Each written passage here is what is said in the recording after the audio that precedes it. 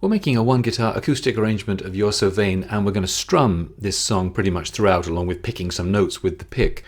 But I start off with the part that's played on the bass on the original record, finger picking that. So I put my pick actually in between my lips, ready to grab it quickly, and go to my fingers initially.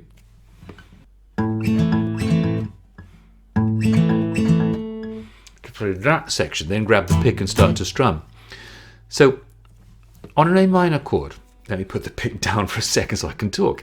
On an A minor chord, we'll play 5. I'm palm muting everything here. So the fleshy part of the right hand is across the bridge, touching the strings.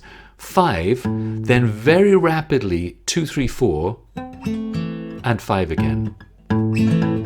Get that feel.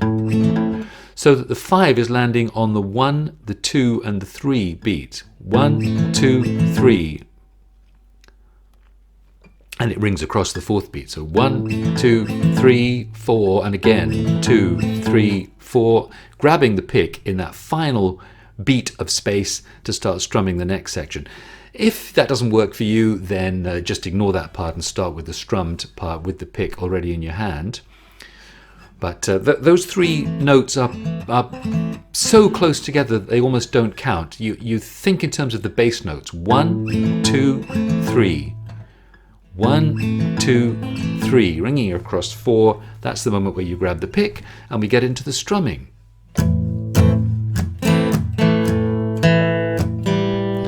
That's bars 3 and 4. Now we're still palm muting here and we're hitting the low end of the chord. So you're thinking 5, you'll get a bit of 4. Try to avoid a heavy dose of 6. Won't really matter if you get it, but you want to feel the 5th string as your dominant bass note. We're going to go bass down. The tab says only go down to the 2nd string. Now, as you know, with strummed songs, tab is far too precise to reflect what's really happening out of a full strum. What that's indicating is the strum is very tight. You're not swinging the forearm right through the string, just strumming tightly from the wrist here. So with that in mind, don't worry about precisely what strings you get.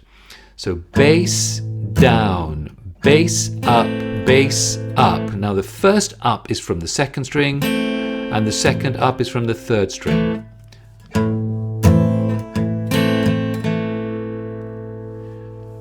After you get the 2nd string, it doesn't matter what else you pull through. After you get the 3rd string, it doesn't matter what else you pull through, but make sure you hear 2 and 3. So bass down, bass 2, bass 3 is bar 3, counting 1, 2, 3, and 4, and bar 3. We have a couple of notes that we do want to ring cleanly, so we'll do bass, 4th string at the 2nd fret. The X's indicate some kind of mute, so just a dab of the center of the chord, as muted as you like, and then the 3rd string open.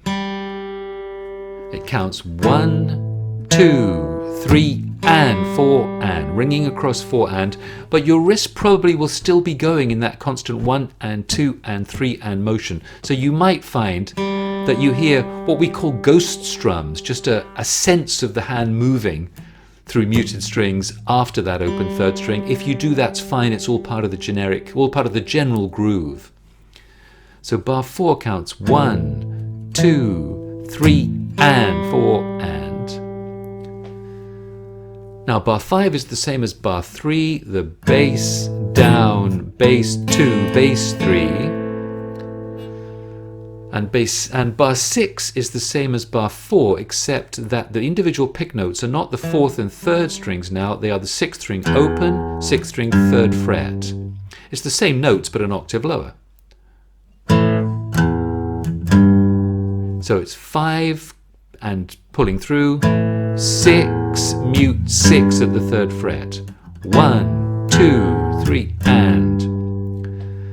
and then the final 2 bars of the intro simply repeat that. 5 down, 5 2, 5 3, 5 6, mute 6, 3rd fret. So your whole intro, I won't do the fingerpick part, the whole intro beginning after the fingerpick part.